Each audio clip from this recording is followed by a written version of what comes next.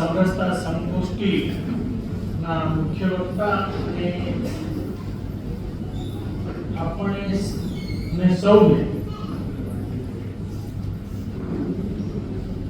5મી સદીથી 21મી સદી સુધીના જે પરિવર્તનો જે સમયે અને જે દ્રષ્ટિકોણથી થયા એના પરિપ્રેક્ષમાં ખૂબ ગહનતાપૂર્વક જેમણે વિષય મૂક્યા વિનાયકજી દેશપાંડેજી, મારા સ્નેહ મિત્ર મનોજભાઈ મિસ્ત્રી, કિશોરભાઈ વાઘેલા, રમેશભાઈ ગોપાણી, શીતલબેન લાઠિયા, બિપિનભાઈ કાપડિયા, તેમજ આયોજક શ્રી અનિલજી રૂમટાજી અને વિક્રમસિંહ ભાટી અને ઉપસ્થિત બહેનો અને ભાઈઓ અને મિત્રો, આજે આપણા માટે સૌના માટે એક અલગ દ્રષ્ટિકોણથી જોવાનું, સમજવાનું આજે જે આપણે વિષય સમરસતા સંગોષ્ઠીની અંદર આપણને મળ્યો છે. મિત્રો, એક શબ્દ બહુ સરસ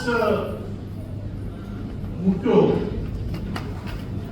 આ આત્મીયતા જ્યાં સુધી આપણે કેળવશું નહીં, આપણે આપણા ભાઈ, આપણા બંધુ, આપણે ભારત માતાની જય બોલાવીશું. શું આપણી જાતને આપણે પૂછી શકીએ કે આપણે એના માટે લાયક છીએ કે કેમ? આપણે આપણા એક ભાઈને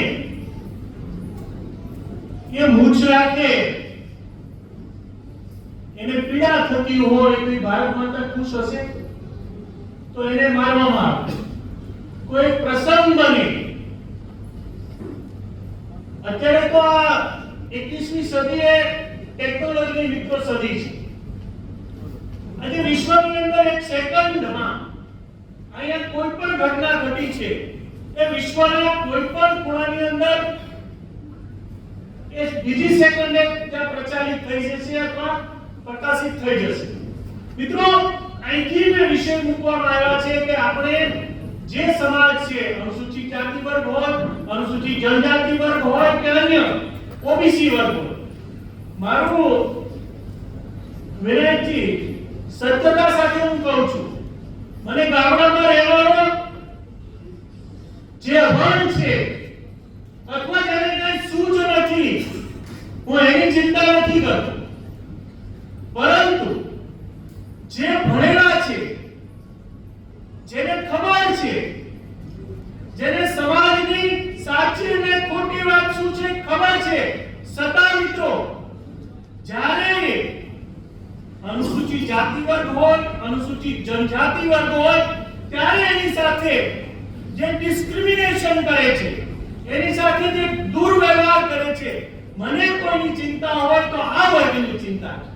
આ વર્ગ આપણે તૈયાર કરી શકીએ, આપણે વાત કરી શકીએ, પણ આપણા જીવનની અંદર આચરણમાં ઉતારી શકીએ. હું મારી તમને વાત કરું છું, 6 વર્ષ ગુજરાત પબ્લિક સર્વિસ કમિશનની અંદર એક મેમ્બર તરીકે મારું દાયિત્વ મિત્રોને નિભાવ્યું. પહેલે ત્યાં અનેક વર્ગના અનેક લોકોને પહેલે જનરલના લોકોને બોલાવવામાં આવે, પછી એસસીબીસી ના લોકોને બોલાવવામાં આવે, પછી એસસી ના લોકોને બોલાવવામાં આવે, એના પછી એસટી ના લોકોને મનોજભાઈ બોલાવવામાં આવતા. મેં ત્યાં બેઠા પછી મારી એક જ ચિંતા હતી કે જે મેરિટોરિયસ છે, જે ગુણવત્તાયુક્ત વ્યક્તિ છે, એને પૂરેપૂરી ન્યાય મળવો જોઈએ અને એના માટે સતત પ્રયત્નો કર્યા અને પ્રયત્નોને આધારે મિત્રો અમે ત્યારે એવું પ્રસ્થાપિત કરી શક્યા કે કોઈ પણ વ્યક્તિ છે એને તમામને એ બધી કોઈ પણ માન લો કે અમે ક્લાસ 1 અને ક્લાસ 2 માટે 3 જણા બોલાવવામાં આવતા હોય છે, પરંતુ એને 4 જણા કે 5 જણા બોલાવવામાં આવે, પરંતુ સૌથી પહેલો માર્ક્સ લાવનારને પહેલે બોલાવવામાં આવતો. પણ અમે એવું કર્યું કે આપણે ગામડાના લોકો છીએ, કદાચ ખબર નહીં હોય તો છતાં કહી દઉં કે ગામડાની અંદર આપણે જે ઘઉં હોય ને ઘઉંની અંદર આપણે જે વાવણીએ કે એની અંદર ઘઉં છૂટા પડે ને એમાંથી કચરો પાછળ નીકળી જાય કે એ ઘઉંનો એક ઢગલો થાય. એની જેમ તમામ સમાજના લોકોને અમે એક જ કર્યું, જનરલ હોય, એસસી હોય, ઓબીસી હોય કે એસટી હોય, એ તમામને મિક્સ કર્યા. એ વ્યક્તિએ જ્યારે ઇન્ટરવ્યુ દેવા મૌખિક આવે ત્યારે એને એડી બોલવાનું છે, એસી બોલવાનું છે, એડી બોલવાનું છે. મિત્રો, તમને જાણીને આનંદ થશે કે આ કર્યા